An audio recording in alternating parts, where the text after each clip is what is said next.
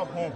मैं आपको बताना चाहता हूँ कि सबसे पहले पार्लियामेंट में मैंने इसका ललकार कर विरोध किया और सरकार को चैलेंज किया कि सरकार अब आंखें खोल ले, अब वो दिन नहीं रहे 2 अप्रैल 2018 दोहराने का मौका न दे।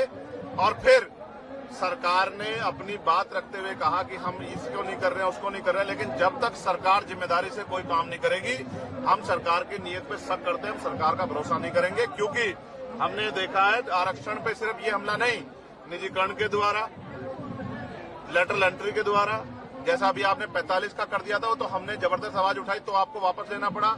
फिर ठेकेदारी के जरिए, संविदा के जरिए, आउटसोर्सिंग के जरिए जिस तरह से आपने सरकारी नौकरियों को खत्म करके आरक्षण की धज्जियां उड़ाने का काम किया, ये किससे छिपा हुआ नहीं है। और जिस तरह से आपकी सरकारें निजीकरण को बढ़ावा दे रही है, पूंजीपतियों को बढ़ावा दे रही है, कॉर्पोरेट सेक्टर को बढ़ावा दे रही है, सरकारी स्कूलों को बंद कर रही है, नौकरियों को खत्म करे, 69 शिक्षक भर्ती में जिस तरह आपने घोटाले किए और फिर तमाम तरह से आपकी लंबे समय से नीति, आपकी आइडियोलॉजी हमने देखी। हम इस सरकार के ऊपर, इनकी नीतियों पर भरोसा नहीं करते, इसलिए हमें इस सरकार की नीयत पे खोट है। डॉक्टर बाबा साहब अम्बेडकर ने कहा था, संविधान कितना भी अच्छा क्यों ना हो, चलाने वाले हाथ अच्छे नहीं होंगे, उनकी नीयत अच्छी नहीं होगी, उनकी नीति अच्छी नहीं होगी तो अंत संविधान बुरा साबित होगा।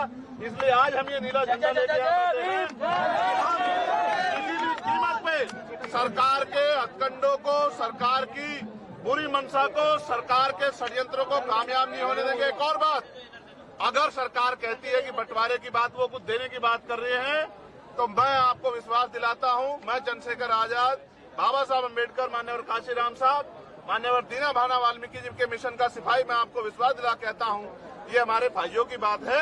हम अपने भाइयों से इस आंदोलन के बाद टेबल टॉक करेंगे, उनकी समस्या को सुनेंगे, अपनी बात भी रखेंगे और मिलकर अपनी समस्या का हल निकालेंगे। हम बंदर बाट नहीं होने देंगे। हम सरकार को अपने अधिकारों पे राजनीतिक रूप से फायदा लेने के लिए अपने लोगों को लड़ने नहीं देंगे। हम अपने भाईचारा बना के रखेंगे।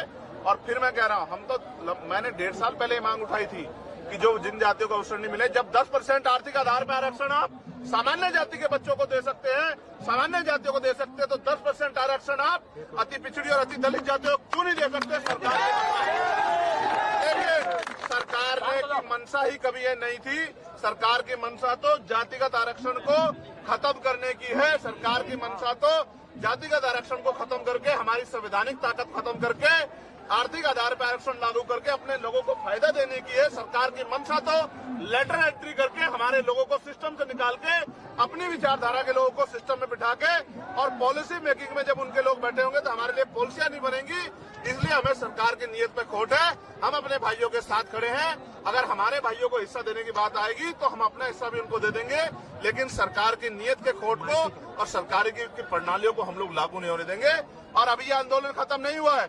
आज तो संपूर्ण भारत में भारत बंद जारी है, लेकिन 11 सितंबर को जो हमने दूसरा चरण इसका बुलाया दिल्ली में, उस दिन हम सरकार को घुटने टिकवा देंगे। अगर आज सरकार ने घुटने टेके, उसके बाद जब पार्लियामेंट का सेशन चलेगा, आप मेरी बात को याद रखना, हम सरकार को घुटने टिकवाने के लिए इतनी बड़ा जन समर्थन यहाँ दिल्ली में जुटाएंगे कि सरकार की आंखें खुल जाएंगी, नींद खुल जाएगी। और हम अपने आरक्षण पे, अब अपने अधिकारों पर किसी भी तरह की जो है हमला बर्दाश्त नहीं करेंगे।